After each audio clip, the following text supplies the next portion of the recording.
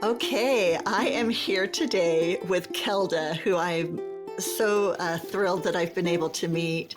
Kelda is the older sister of Seth Frazier, who you may remember from episode 2 had lost a very tiny little daughter after a difficult pregnancy. And Kelda, would you please introduce yourself and tell us a little bit about yourself? Yeah, I'm Kelda. And like you said, I'm the oldest in my family. There is four of us that are living, and then we have a sister that has passed on. And so there's five of us total. I'm married. I've been married for 3 years. I'm in my 40s, so I got married a little bit later. We don't have any children except for this fur baby, and there's a cat around here somewhere. And I'm a dental hygienist and I'm a chronic hobbyist, which you can kind of see behind me, all the things that I like to do. Yeah. And there's more. And I have soon to be 10 nieces and nephews. 9 are living right now. There's going to be another one born. And then Emily, who's on the other side also. So, yeah. Wow. Thank you. Thanks for the introduction. And Yeah. now, tell me the connection with Emily that is unique for you and your experience. When I was 5, my mom had a pregnancy and she was 38 weeks pregnant. She did not know that her baby had any defects at all until they did a ultrasound at 38 weeks. And the defects that were showing up on the ultrasound, I believe, were some heart problems. And they recommended that she fly to a different hospital to help with her pregnancy. And Seth was 1 at the time, and I was, like I said, was 5, and we drove to Portland. Well, she flew to Portland, and they found out then that she had a baby that was trisomy 18, which was the same disorder that Emily had. And Emily is my brother's baby that passed away also from trisomy 18. And Seth, my brother, his daughter Sydney was 5 at the same time, at the time that Emily passed, which was the same age that I was when my sister passed. So Sydney and I, my niece, have had that same experience with age. But it's actually a crazy coincidence, isn't it? I mean, how Yeah. could you and your niece have been the same age, losing a little sister to the same thing that is something that's not genetically related? It's not even a Not genetic disease, hereditary right? related. Yeah, Yeah. not hereditary, right? Yeah. Yeah. And that's Yeah. just Isn't it wild? it Yeah. is. Yeah. Yeah. When Chris and Seth told me on the phone, like, I was crying, of course, but then I was like, you guys get your own little angel. And then I was like, what the heck did our family do that deserved 2 angels? Man, we must really need a lot of help. Right. Right. And of course, when you're hearing that at the moment, it's like, no, thank you. I'll pass on the angel. I'd I rather know have Chris my was so baby. mad at me. Yeah, Yeah. she was like, I did not want to hear that. I'm like, I know, but I also knew that it would help someday. Right. Yeah. At least it would give her a talking point, right? Yeah. One of the things that I end up talking to people all the time about when we've had a loss. We're like, what's the stupidest thing anybody ever said to you? And it's like, oh crap, am I the one that was the one who said the stupid thing? I'm supposed to know better. Yeah. Yep. So maybe that just goes to show that as you get further and further removed from the loss, you're not quite as raw all the time. And maybe and that in its Yeah. sense is a good thing. Yeah. And like, I think when I told her that, I was also like, I know you're not going to want to hear this, because I've had other experiences with grief and like death and stuff. So like, I knew things you don't want to hear. But I was like, but going through like that same experience as Sydney, like that's going to give Sydney comfort, you know? So Right. As a like, 5-year-old. yeah, yeah, That is a different concept. Yes. So yeah. how how did Jerusha's um, presence in your life manifest?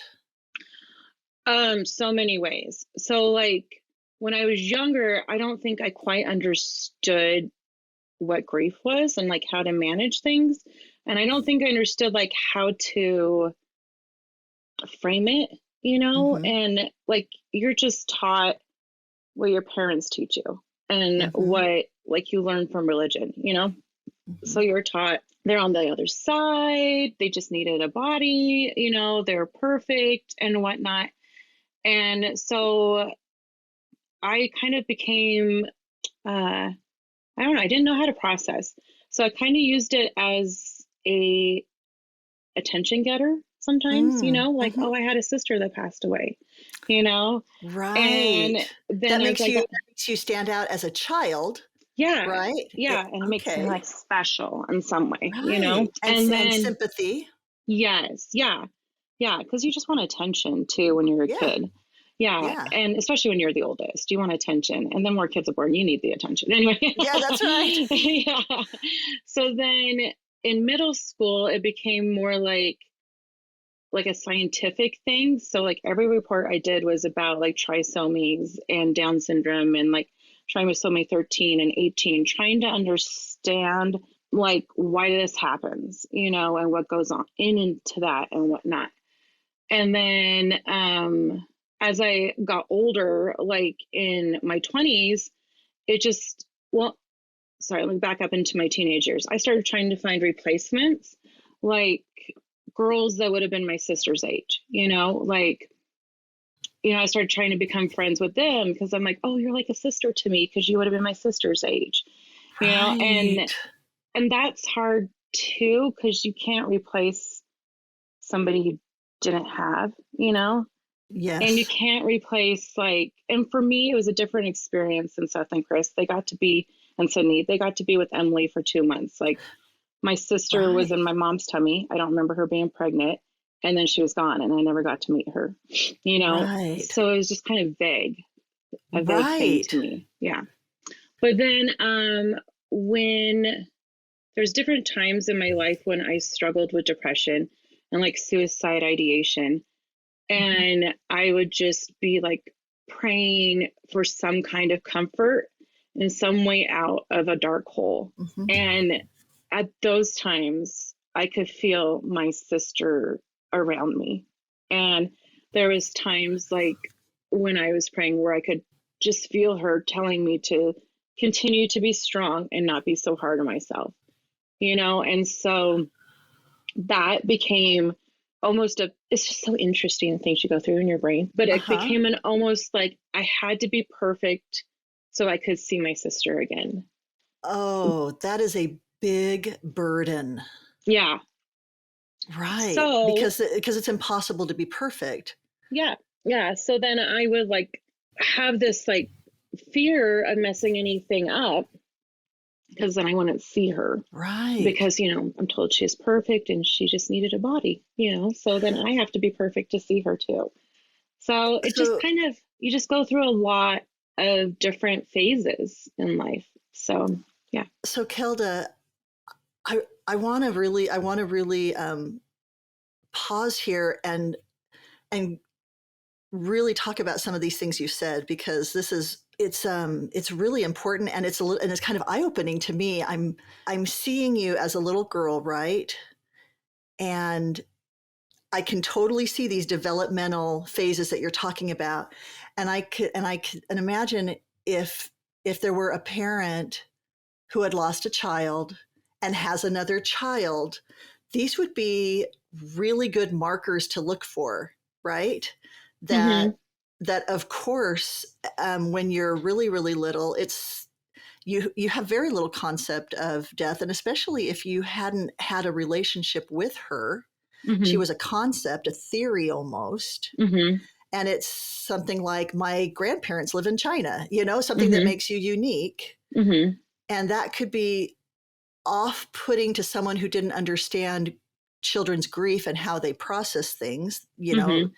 I mean, were your parents, were they pretty patient with, I mean, did they ever talk like there was anything wrong with saying anything like that? Or did you ever feel shame about that? Or were you just being a kid? About which part? Like how I felt? Yeah, about it as an attention, as a way to have some attention or Oh, be different from your peers. I don't think they knew, Okay, it honestly. was, yeah, Yeah. just some. And how about your peers? Did you ever feel like they were like, okay, fine, we've heard it already, or did it not come up No, enough for that to be it didn't really come up enough. I right? did do I did give like little lessons and talks in church and stuff like that about it. And Right. they never like said anything like maybe that's not appropriate or whatnot either. So, Well, because that's good. yeah, my mom did a lot of the same things. Like she wrote a couple stories about what her experience was, and like submitted those because she to different magazines because she thought that that would help other people. So she kind I of did the love same, I but love that. And really, yeah, it's totally appropriate for yeah, anyone to talk about their grief for as long as they need to, yeah, right? yeah, And there is no, one of the things that is really hurtful to people who are grieving is the perception that others are tired of hearing about it, yes, yeah, right? That's yeah, that's very very hurtful because people process it in different ways at different times. yes, But the other thing you talked about, I think, is really, really important to explore is this idea we have in our theology, we absolutely believe that a key purpose to this existence is to be born into a physical body, have experiences as a physical person that with a spirit, the spirit and the body are the soul. The spirit is eternal. After the body passes, the spirit continues. But this idea that theology can, in our minds, get twisted into, I have to be as perfect as this brand new baby who has no sin and is sitting with Jesus. If I'm not perfect like her, I won't get to see her again. That's a dark interpretation of the joyful belief that families will actually be reunited, that our personalities, that we remain who we are, and that we'll be reunited. That that's a that can be quite a burden mm-hmm, if your thought is there's no way I'll ever mm-hmm, be good enough mm-hmm, to go back into the presence of God and see my sister. mm-hmm, mm-hmm. Yep. So how do you work through something like that? Because I also don't think that it comes from God. That I think it's an unintentional, you know, misreading. I think it's let's see. I think well, like my depression dealt with a lot of perfectionism, and some of that came from losing my sister, and some of it came from theology that's just inadvertently discussed in church, and so when you don't know how to separate opinion and like truth is, and Yeah. especially as a adolescent, it's really hard to know how to process like big emotions like this, and how to process what that means in your life. And also, some of the perfectionism came from my dad. He does expect a lot of us as Mhm. his children. And from the experiences that he's had in his life, he just really didn't know how to communicate those things. And I also think a lot of it came from being a human and a female and having hormones, you Right, know? right, right. Yeah, which like generally, I think that we just don't recognize, or we didn't used to recognize like depression and how to handle things and how to talk about things. I don't know if that answered your question, but It really does. I actually I think I'm so glad you brought this out. yeah. Yeah, it's a piece I'm going to be thinking about this a lot. especially in how this makes the words that you say even more important. Like I can imagine speaking to a young person, an adolescent, anybody, when we speak about things that we don't 100% know, we have to be really careful that we don't add the conjecture, right? Like God just needed her more in heaven. We actually don't know that. Yes. Yeah. Right? Yeah. That might be a personal interpretation of the experience to try to lessen the shock or pain of it. Yeah. But it's not a fact. Yeah. Yeah. Right. And even when I said to Chris, like, oh, now we have two angels in heaven, I don't know that, like I just Right. know from my feelings of having my sister around me at dark times and strengthening me that I associated her as being an angel, you know? Right. And like I see also how Chris and Seth like have taught Sydney that butterflies are signs of her sister. And I Yes. think it gives us comfort, but also we have to, when it's the appropriate time, to explain that we don't know exactly what things are, but it's like line upon line, you learn as Exactly. as you're able to, but like explain that there is like purpose to things even though we don't know what it is. Right. So Right. yeah. Yeah, I love that. I love that example because God absolutely can manifest himself to us in symbols. And I Yes. know that I have symbols um, that seem to occur around significant events that give me a feeling of peace that my husband is involved, Yes. right? Yes. Yeah. But that is different.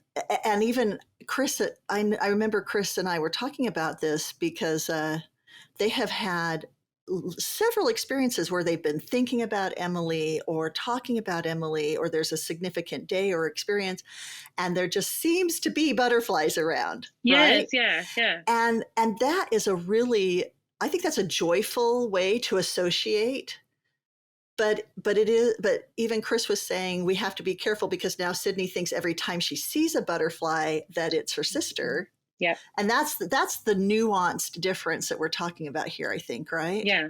Yeah. Yeah, it would be unfortunate to take away all of that joy, but at Yeah. the same time, yeah, just Yeah. being a little careful. And but then a fact that you do know is that at times that you have felt despair, you have felt comforted in a particular way that you knew was associated with your sister. Yep. You, Yep. you don't have to know all the facts about how that works to know Yeah. that, yeah, that it's real, that an Yep. experience like that is real. Yep. That's, yeah. Yeah. I'm glad we talked about this. Grief with children is very complex. And so your experience with Jerusha was your first experience with grief, but you have been the unlucky recipient of plenty of other loss Mhm. experiences in your life. Maybe you could touch on some other things that have Yeah. happened. Yeah. So as far as like losing people, when I was 16, so we lived in a small town in Oregon, and our church congregation was like 30 people. And so anybody that was like teenagers and same age are very, very close. You're like family. And there was three families, our family and two others that had all the teenagers and kids. And so we were all very close and spent a lot of time together. And the dad of one of these families, he and his wife and their baby went to visit some family, and he was a pilot. And then he was flying, I can't remember where they were visiting, I believe it was Colorado, but he was flying, and he and his brother died in a plane crash. And so that was just like insane to go through, and like feel so much sympathy for people, for my friends that were like my family. But I remember they decided to move after that, and their oldest daughter, who was just a year older than me, she's talked in church about how before they left, she and her dad got in a fight and she didn't say that she loved him. Oh my And then God. she regretted that the rest of her life. So for me, that like changed my perspective on how I love people and how I like show love. And sometimes people are like, you know, the term now is love bombing. You know, they're like, oh, Kelda's so affectionate and she always tells you she loves you and everything. And I had, you know, as I grew as a person and as an adult, I realized that I have to be careful of how I say I love you and whatnot, because some people could take that weird ways and whatnot, or think, oh, because you said you loved me, you have to do this for me. People use you, you know, things like that, or Right. manipulate that. But also, like when I say it, I make sure that I say it to people that are important, and I make sure I say it a lot because I don't ever want somebody to leave the earth not knowing that I cared for them, which could be kind of selfish, you know, like that soothes my soul. But, you know, but then I also had friends that have committed suicide, like, Mm. and I think about that, and sometimes I used to think, gosh, if they just knew that we loved them more, you know, but suicide is a mental, Yeah, it's more is part of a complicated mental than thing. that. Yeah. Yeah. But and I can't take that on myself. But Right. then at the same time, I just think like how much comfort it is to people to know that they are loved. And when Yes. somebody has said that they love me, that that can be just at the right time I needed to know it, you know? And Yes. I don't care if it's selfish, but I don't ever want somebody to leave without knowing that they're loved. So in some way, yeah, Well, I don't see how genuine care and affection for somebody could ever be selfish, yeah, yeah. I think it's right? sometimes it just like I wanted to soothe my guilt of not saying it Right. before they died or something, and I couldn't say it again. But Well, you that's know, also like being well, crazy. But and it's okay. speaking to that, we I it was an experience that I had because I had met my husband when I was 26, and he had been widowed at 33, and it I had not lost somebody close to me yet at that point. So the fact that somebody close to my age had lost somebody so significant, his wife had passed away, that really cemented in my mind kind of that same idea that you just really Hmm. never know how many days a person has on the earth. So it made it really important to try to be aware of that. I feel like that's the message you're saying, Yes. is that, Well, you know, another experience I had too. I had a coworker that passed away, and as work, we had all gone on training. She wasn't able to go because she wasn't feeling well and physically she wasn't doing good. And so we yeah, so she didn't show up for work the next Monday. We're just like, where is she? And I wasn't working that day. I happened to come into the dental office for some stuff. I'm like, I'll go check on her, you know. So I got her address and I went and checked on her. And she didn't answer her door. Her door was locked. Her dog was barking. She wasn't answering her phone, but she was yelling at me that she was fine. And I was like, okay, great, you know. And I was like, I love you. Just so you know, I love you. Please let me know what you need. And she's like, I'll just tell you later. I'm like, okay, well, I love you. And she's like, I love you too. And I'm like, okay. And then our boss had called her significant other, and he was like half an hour away, and he got there and found out that she was septic and took her to the hospital. And so she had like not been able to get to her phone or unlock the door or anything like that, oh, wow. and took her to the hospital, and then she ended up passing the next day. And I was Wow. so grateful that in that moment I was able to tell her that I loved her, because Right. then she knew that she was cared for, you know, Right. before she passed, Right. and before she like slipped into a coma. So like Right. I was like, I'm glad I was there to do that for her. So Wow. yeah. Wow. Kilda, you've had more than your fair share of being close to people who have passed. Yeah. How do you go forward?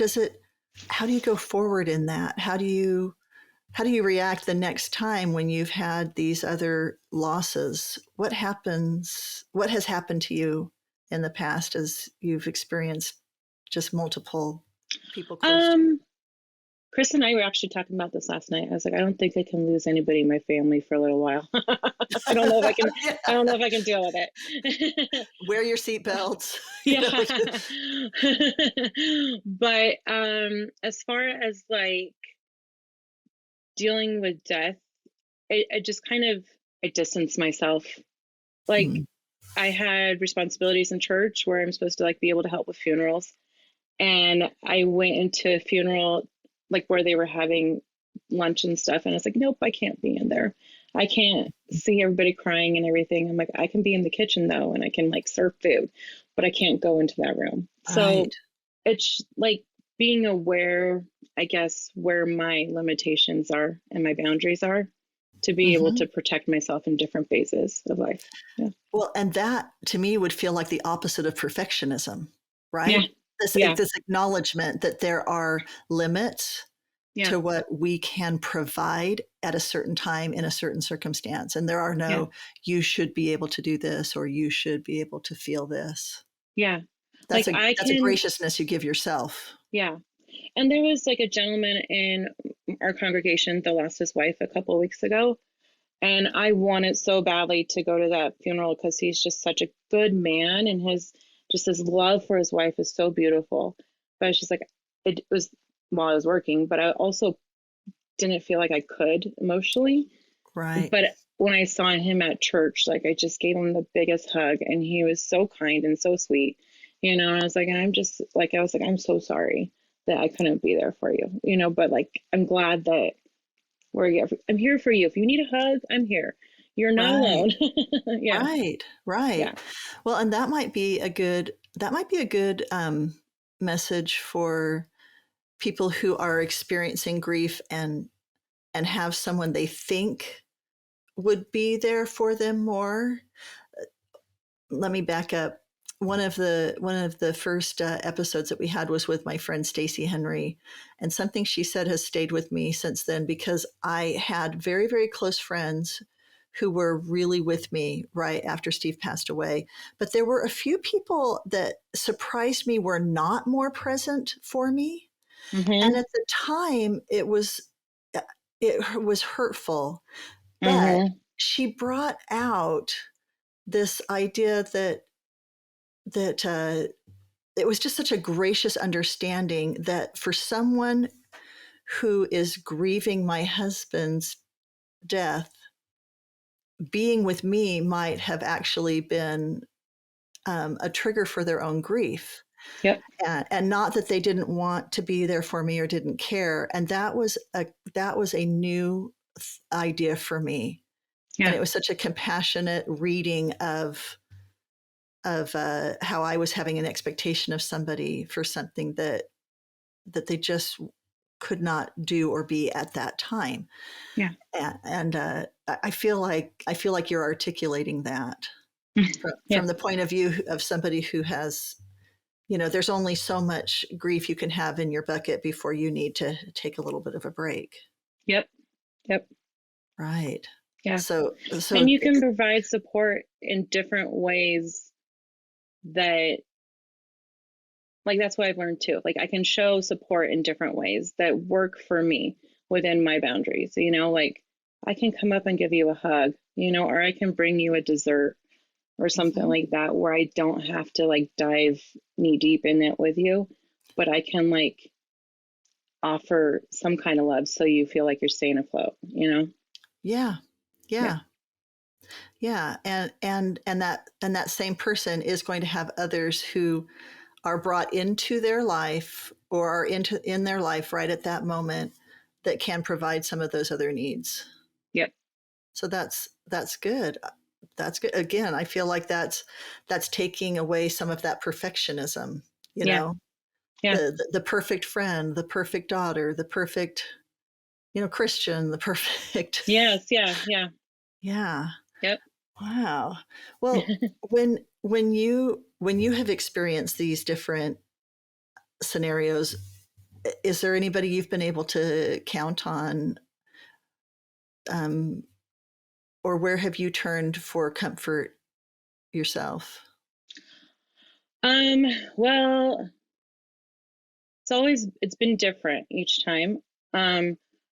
Like when people pass away, I think because of my experiences with my sister and with my niece, like I would turn to prayer and turn to religion and go to different places where I feel like the spirit and whatnot, and I feel comfort. But like as I felt other different kinds of grief and loss, sometimes I'm like just angry about it and angry with God about it. So like I don't turn to like religion and whatnot. Mm-hmm. But like I think that the experiences I've had have helped me in those times too, when I haven't sought comfort from religion, because they've helped me to, like, I worked hard to try to find out, like, what is roots of depression? How can I handle depression? How can I handle grief? What are things that bring me comfort? What's something that gives me strength and helps me to like cope, coping mechanisms and things. And I got a dog because he's the freaking best thing ever. And he's just got like the natural ability to calm me down when I'm upset, and I like to do hobbies and I like to clean and organize, and like those things help me to make sense of my emotions as I'm doing something that's kind of mundane, so then I can like Yes. create not just order around me, but order internally too. And like when I really do struggle and I just don't feel like I can turn to God, I will like try to search answers in peaceful places. Like I Mm-hmm. love trees, or I'll Mm-hmm. go for a drive. And then usually when I'm there, I feel comfort from God. Like he doesn't turn from me. So, Oh, I love that. I yeah. love that idea. Yes. It's totally normal for us to have times when God does not feel like the source of solace because something in us feels like he's actually, allowing this to happen, or, you know, just you could take this away, but you're not, right? Yeah. Yeah. But I love that. But I love what you're saying, that when you seek out peaceful places, then at some point you then feel God. It like feels like almost like a circular experience. Yeah. Yep.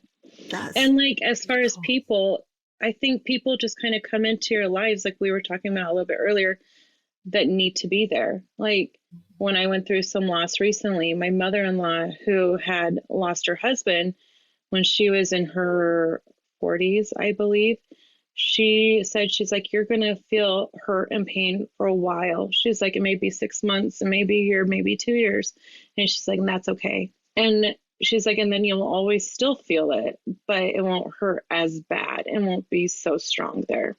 And she's a person that's a very few words, and she claims that she doesn't know how to connect to people, but that was probably like the biggest sentence that I ever needed. So like, yeah, Right. I needed her so much, but yeah. Right. And do you want to speak to that more recent loss My experience, or? earphones are dying.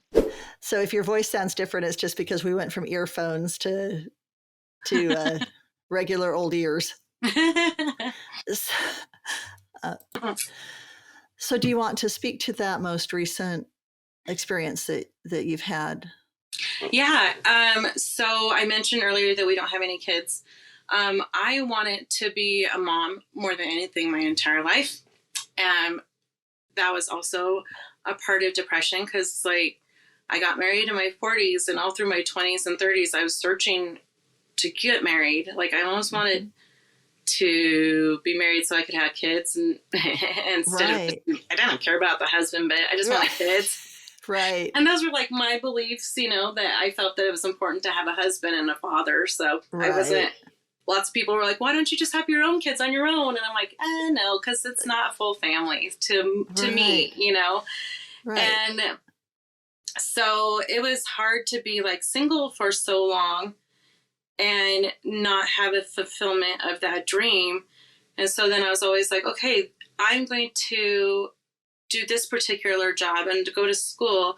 Like, I'm a dental hygienist. I was like, I can be a mom part-time and provide for my children and help them have college and, you know, help my family and everything if I have this job, because I can do it part-time and help provide and still be there. And I can do this because this will help me as a mom. And then, like, I found my husband and I'm like, okay, I've got like a few years. Let's like go for this, you know, even to the point where I told him when we were dating, if you don't want to have kids anymore, it's a deal breaker and you can break your own heart, because that is not negotiable for me, you know? And he was not interested in having kids. He had a 17-year-old, so he wasn't there, you know, but he chose to go on that journey with me because he loves me and he wanted me to be a mom too.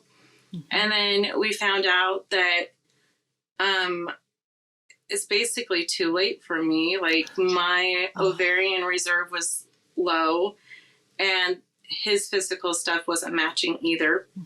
So we tried to do IVF and we had an embryo, but we got it genetically tested because of the experiences I've had with my niece and my sister.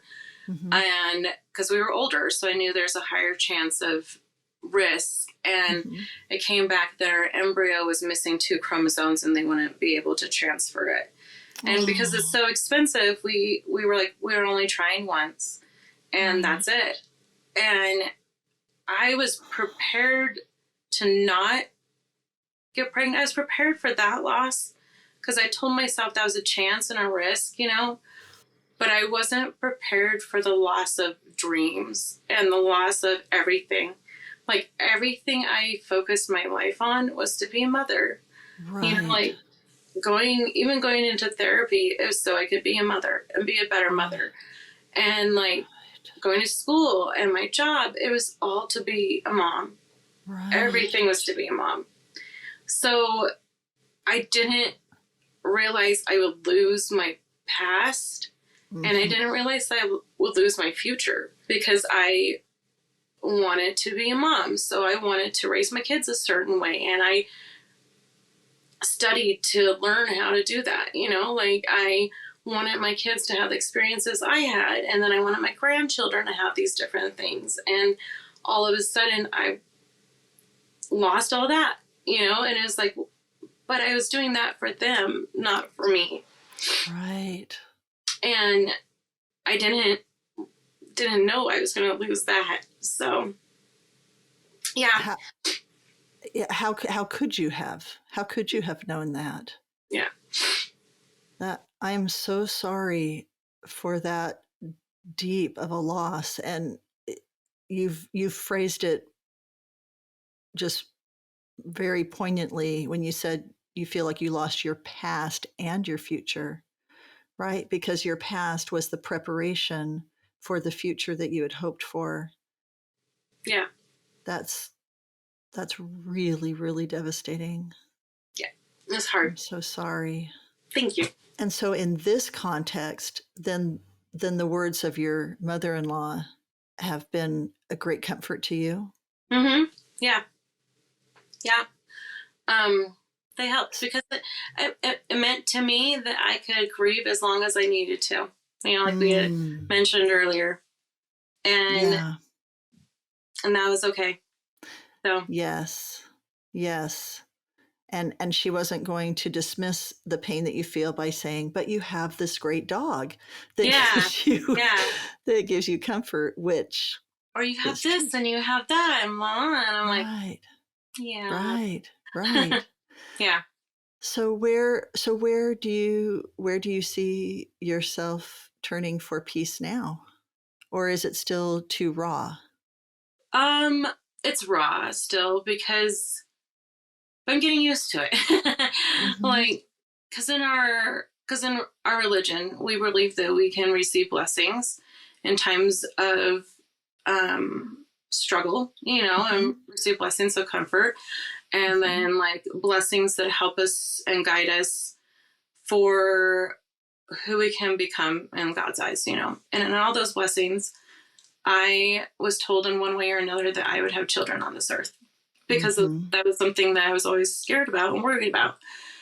And so then for me, I just felt like I've been lied to my whole life, by what I felt was like comfort and like beliefs that I had, and like what I thought that I could receive from these blessings, you know, that I was given, and what I thought and believed was messages from God. Right. And so I'm just like, how can like somebody who knows my greatest desire as my like Father in heaven betray me that much and take that away from me, you know, like that is just like who I am inside. Like he knows that.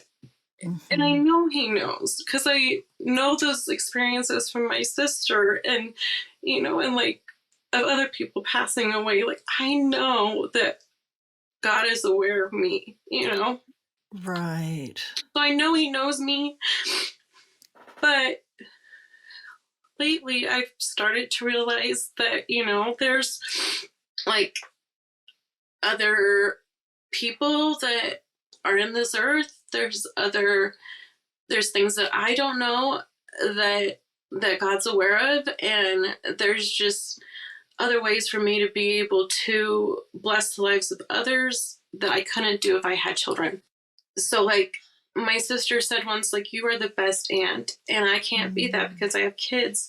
And she's like, you can be there for all these children that are growing up that are your family, and I can't, because I told her I was like a part of a text group that Sydney has, and she's like, I'm not part of that. Why am I not part of that? I was like, I don't know.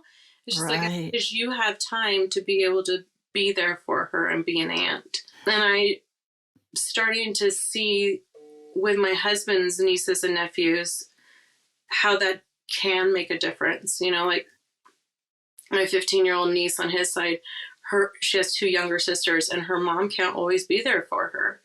And like I can, to my abilities, you know? So yeah.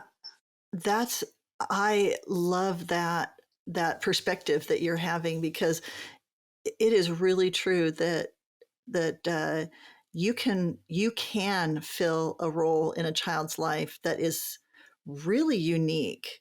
I mean, all children love and want their parents, but especially in certain years, you don't want your parents to know all of your secrets. And yet to have somebody so close who loves you so much that you can count on, but not everyone in your situation chooses to do that. And I think it's really a beautiful gift that you are giving to others, to be available like that for them. Yeah. Yeah. Well, I learned it from that coworker that passed away, because she didn't have kids either. Really? And it was her nieces and nephews that were there for her funeral. And they said at her funeral, our aunt was there for everything that our parents weren't able to make it for. Wow. And they were the ones that took care of everything for her. So yeah, she adored them. Yeah. So I learned it from her.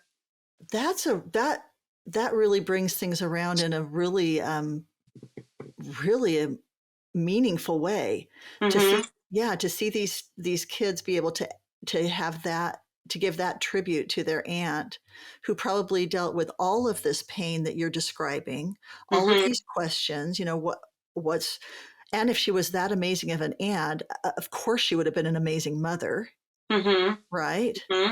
And but to know that your life has made such a difference in another person's life, that they can express those kind of sentiments, I can see where that would give you a lot of feeling of purpose and meaning, which doesn't erase the personal painful experience. Yeah. But yeah, and they actually read part of her journal at her funeral about her relationship with God and how she struggled and how she was always trying to like search for that comfort and strength and understanding of like her life and stuff too. So it was just, yeah. Right. Yeah. Right. She was a good example. That's really wonderful. So thank you for sharing that. I really I appreciate that. Infertility is it's an especially pernicious kind of grief, and it's not often recognized or understood by others. Yeah. You know, And you don't have funerals for the children yes. that are not to be. Yes. And like, not to be like political, but people that get involved with all these different laws that are occurring right now that revolve around the semantics of like IVF and abortions and things, like they can just be so insensitive in what they say. Mm-hmm. And it just, it fires me up. Yeah. I'm not one to comment, but I'm just like, we need education. And like, I have patients that ask all the time if I have kids. And like one of our doctors was like, people ask you? I'm like, oh yeah. Like people ask me all the time, even if I don't volunteer any information or lead into a conversation by asking them if they have children. You know, they ask me because I'm a woman and I should have kids. And I'm like, I agree with you. You know? Okay. So let's talk about that. Yeah. It's such an innocuous, normal question. Yeah. You know, you're in your 40s, right? So yeah, especially in a family-centered environments. Yeah. Right. Yeah. So how do you deal with that? It would seem a little weird to say don't ever ask somebody if they have kids, but how does a person show more sensitivity in a situation like that? Based on your experience, what do you think? Well, it's different for everybody, but I've gotten to the point where I just like, you asked, you get to deal with your awkwardness, you know? Okay. That's up to you, and maybe you'll learn later, you know? Okay. Like I had a gal that asked, you know, she's like, do you have kids? I'm like, no. She's like, do you want kids? I'm like, yes. And she's like, well, then why don't you have kids? I'm like, because I can't have kids. And she's like, that third question, that was the problem, right? Yeah. And she's like, well, do you want my kid? And I'm like, was she joking around? I mean, you'll be surprised how many people say that. Like, do you want my kid? You can have my kid. Yeah, because I think they're like either like stressed by their kids at the moment or something like that. But I'm like, no, I want you to want your kid as bad as I want it. You know, I don't say that, but I'm like, really? Right. You know, like, okay. So some people, you can tell that they've also struggled because they'll like stop for a second and not continue, you know? And those people, I try, just because of who I am, you know, I try to be like, are you doing okay? You know? And like, tell me more about you, because then they're like, well, I had a miscarriage, or I'm going through IVF, or I'm doing this, or I'm doing that. And I'm like, I get it. I've been there. I understand. What part of that process are you at? You know, and like if you need anything, let us know. You know, like things like that. I don't know. And I have like some people that I have their numbers because they have been like, I don't understand how to navigate all this. I don't understand what to do here. Like, it's just so much and it's a lot. And I think it's helpful to be like, okay, you can go through this and take away some of the stressful details of it. Like, I had a coworker that was like, hey, you use this app and this thing. How did that work for you? You know, like, and I'm like, yeah, let me know whatever help you need and trying to understand this and whatnot, because it's hard to understand, you know, and it gives you space to be able to handle the emotions of it. I think when you have somebody else helping you understand all the details of it in other ways. So in the fertility journey, what are good resources for someone? Where do people find the personal type resources of somebody like you who can be there are for them? A few infertility doulas, they're called. They're not midwives, but they kind of help through that process. There's not many, and honestly, my resources and the people that I went to are people that I found on social media that were also doing IVF, and they created accounts to talk about it. And like I even reached out to some of them at one time because I didn't know how to give myself a shot.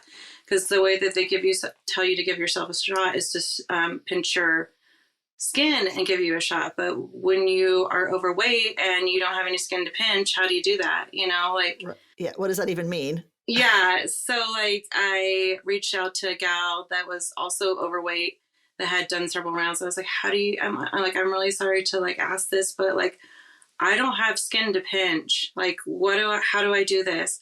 And she's like, it's all right. You know, this is what I do. And I'm like, thank you. And like, here's a tool I use to be able to do this. And I'm like, thanks so much. Cause I didn't know what to do.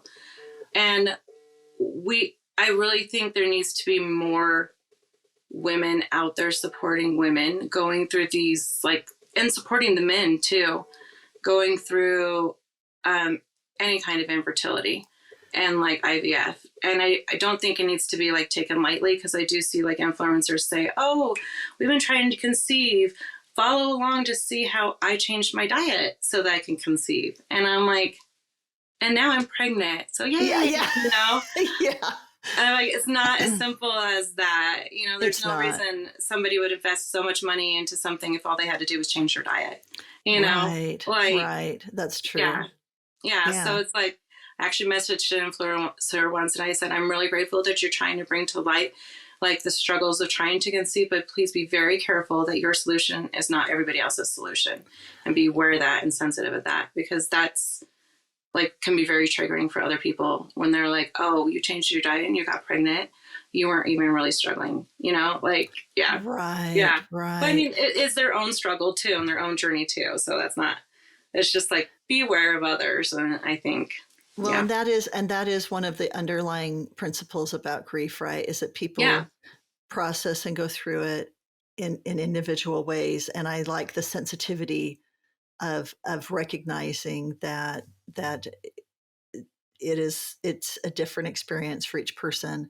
And I'm also glad you brought up the dads, because often in any grief scenario, there can be a tendency to focus on the mother, wife, daughter, and sometimes we forget that there's a father, a potential father, a husband that is also really hurting, and we need to make sure that we keep them as part of the conversation. Yeah, well, and even like with Seth, I think, and also with my husband, like, I think that they struggle seeing the people that they love hurt so deeply too.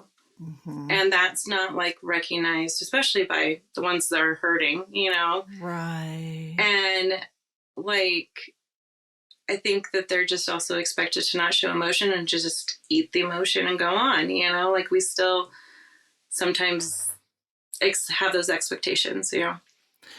Exactly. I feel the same way, and it's why I'm trying so hard to have as many men speak out as possible, so that they learn to be comfortable with it, and other men can hear them and see that it's okay, that they have these grief experiences as well. Yeah. Yeah, I appreciate that. I'm so grateful for all that you've opened up and shared. Thank you so much. You're welcome. For being willing to share, and especially because your griefs are not just in the past. You are currently dealing with a really, really difficult one. So thank you for opening up at this time. I'm very grateful to you. Yeah. It'll help. I think it will really help a lot of people that are having similar experiences. Yeah. But before we finish, the question I ask everyone is, what do you think it means to grieve well? A couple things. Like, I think grieving badly is when you make it final. Does that make sense? Yes. Like, when you can't handle it so much that you end your life. So I think grieving well is everything that's opposite of that. You know, like, continuing to go on, finding things to fill the void of what you lost, you know, like taking who you are and moving forward with that, you know, finding ways to help others. Like I really find a lot of comfort in helping others, because then I get to know them and see what has happened to them and the trials that they've had. And that, because they open up, because they feel grateful that you helped them in some way. And then I see, yes, I can continue on. I can have strength, you know, because this person did it too, you know. And like allowing it to happen, just allowing grief to continue through your life, because it's always going to be there. Mm-hmm. There's always going to be something that triggers you that you won't be aware of and that you didn't think of and that you didn't set boundaries around. It's there's always going to be somebody that says something dumb, you know, and you can just like, oh my gosh, are you kidding me? You know, like, and there's always going to be somebody that has a suggestion of what you should do.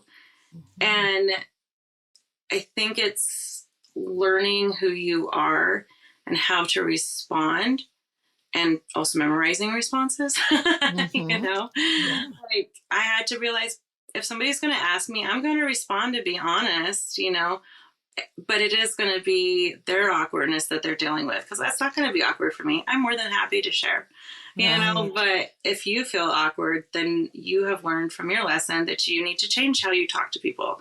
You know, you need to change how aware you are of people and how you have compassion. And I think that that's what grieving well is being able to be open, to learn from it and take your time with it, you know, and to share it, I guess. So I'm grateful that you do this. And I'm so grateful for Seth and Chris, because they share too. Yes. And like who I am hasn't changed because I'm not a mom. You know, I still have a mother heart, and I still like want to bless people, and like I'm trying to start a business that helps turn lemons into lemonade, basically, you know, and because you can share it and pass it forward, you know. So yeah, I think it's when we hold everything inside and we lose that connection with others, that's when we aren't grieving well. That's when we're so full of anger and hurt that we can't connect with others. Yeah. Right. Yeah. Thank you. And we still have anger and hurt, because that's what grief is too. But of course. But sharing it, I think, is what is important, and being aware of it. Yeah. Thank you so much, Kelda. Yeah. I really appreciate our discussion. Yeah. And I sincerely wish you well as you sort through this time. Thank you. Thanks for what you do, and for like sharing with people and providing an avenue for that. Absolutely. It has lessened my grief. Just exactly what you have spoken about. Yeah. So thank you so much. Yeah. Yeah. It brings joy into other people's lives because they feel love. Yeah. And they don't feel alone. Yeah. That's right. Yeah. Thank you. You're welcome. Bye-bye. Bye.